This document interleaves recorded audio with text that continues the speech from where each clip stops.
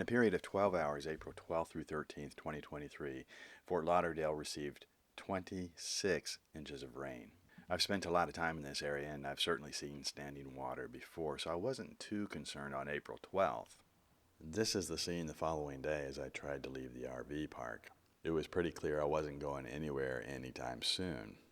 Because it was just the crack of dawn, it was kind of difficult to process what was actually going on here. Was this an overnight flood where the waters were receding? After all, a lot of the stalled vehicles looked like they had been abandoned for a while. Or was the flooding just getting started? The good news is the campground's on slightly higher ground. The bad news is it's quickly becoming an island. With most of the roads and intersections blocked by stalled vehicles, I made an escape route through the back of some parking lots. If necessary, I could probably get the truck close to the interstate by doing this. Thankfully, it didn't come to that. The estimated damage done by this disaster was $1.1 billion. Add $13,000 to that total. Unbeknownst to me, that's what it would ultimately cost me. 26 inches in 12 hours is a lot of rain. I think I might have been better off getting caught up in the flood. At least then, State Farm might have covered the damages. But instead, my camper died a slow, painful death. I sprung 2 leaks during that storm, and I would be battling those leaks for the next year and a half. Let me tell you something, climate change is real. I remember the days, and I've been coming to South Florida for, 30 years, and I remember the days when you would have sunny days with afternoon thunder showers. But it's sunny Florida no more. I mean, these days it just rains in Florida, and it rains a lot. Unfortunately, I had a lot of business to tend to in South Florida, so I needed to stick around for another year or so. And finding a day to do repairs on an actual day off seemed like finding a needle in a haystack. Finally, after what seemed like months, I found 2 days off where my weather app reported sunshine and clear skies. I started with the first leak, the seam where the front meets the top. I spent over 4 hours cleaning and prepping that seam.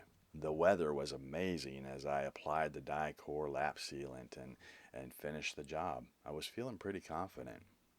In fact, I celebrated by going for a dip in the swimming pool only about a couple hundred feet away from my site. It was there I watched in horror as the unthinkable happened.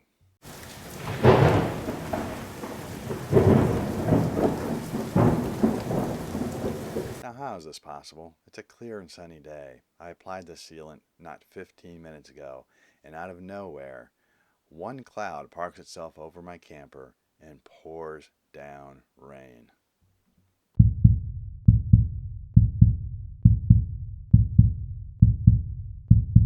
Oh man, I was pissed. I was so freaking pissed. Hours and hours of work just went to shit in 5 minutes. I ran to the hardware store and got some extra wide flex tape and just patched it up. And that flex tape would actually hold up until the ultimate demise of my RV. After all, the seam wasn't even the worst leak. The worst leak was coming in through the slide out, and I could tell now that it was starting to get underneath the linoleum floors. The problem is I couldn't even find where it was coming from. Every opportunity I got, I worked on this RV. I sealed the shit out of it. Several handymen worked on it.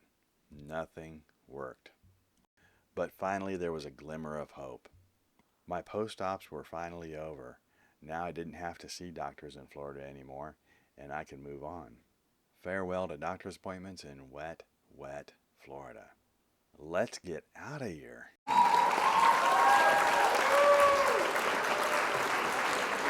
Yeah, I mean, it seems kind of extreme, but I'm actually moving my RV out west to maybe salvage it.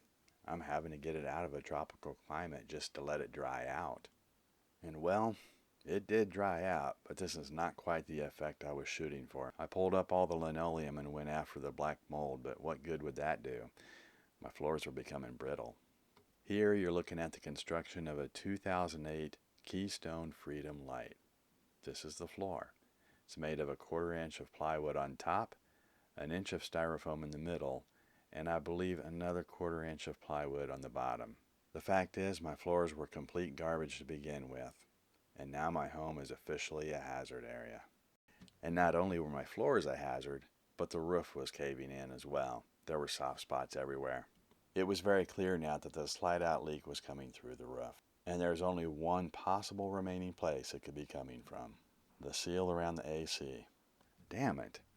You know, it's not the most natural inclination to have somebody pull the AC and check the seal because the slide-out is leaking, but in hindsight, I sure wish I had.